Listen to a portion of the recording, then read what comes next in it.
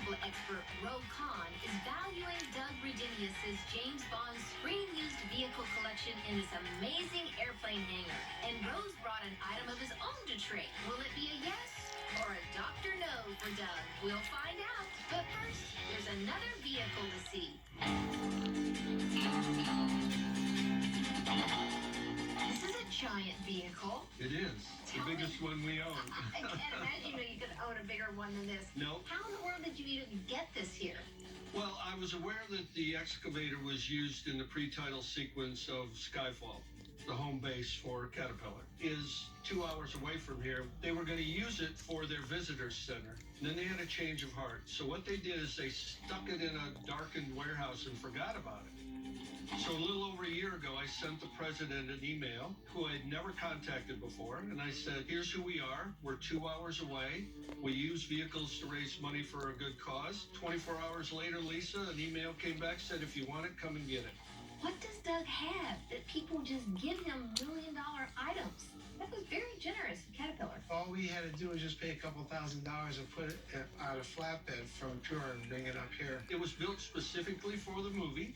They built 2 of them. They only used this one. The ramps where Daniel Craig crawls up the arm and everything, that was unique. But it's an extremely valuable piece of hardware. It works like a regular excavator? It does. We do start it. We spin it around and keep it running. Colin, did you have to do much restoration? We didn't have to hardly do anything. We just put two new big batteries in it. Starts up like a dream, like a cat. I'm going to ask Ro how big a winner he was on the Caterpillar.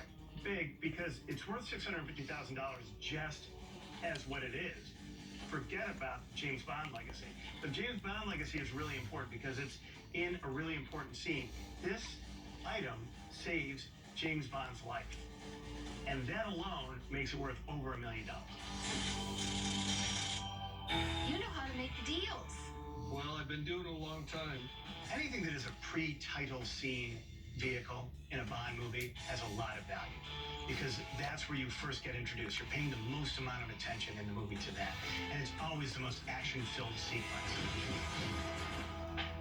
We saw some of the most memorable vehicles from the James Bond movie series in one location, including the Aston Martin from The Living Daylights, the helicopter used in a chase scene in the second Bond movie, From Russia with Love, the Cessna airplane in the pre-title sequence of License to Kill, the Q-boat from a Pierce Brosnan Bond entry, The World Is Not Enough, the huge submarine from For Your Eyes Only, and the Caterpillar excavator from the pre-title sequence in Skyfall.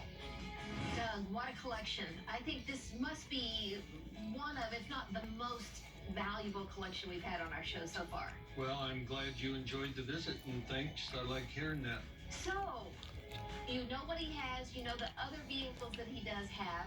So what would be your guesstimate as how much his entire collection's worth? Well, more than most domestic collections would be worth because Bond is so international. You have a lot of people with a lot of money to be interested in this. It starts at $10 million. Wow. $10 million might actually be a little bit low. We're talking 38 James Bond vehicles, all but 3 motion pictures. An Aston Martin from Goldfinger just sold for over $6 million. One car. It starts at $10 million. Do you have like a I would say range? 10 to 15 now. Let's see what happens to the Bond franchise. The older this stuff gets, the more valuable it becomes. Well, and it may be worth more depending on what trade we might have right now. Because on Collector's Call, we ask our expert, who has a huge collection himself, to bring an item that is either on your wish list or he thinks if you knew about it, you would put it on your wish list. All right. And he's got his eye on something, which is going to be kind of interesting how you're going to make a trade here, but I'm sure you have something up your sleeve. What did you bring to trade, an offer? I have brought this license plate.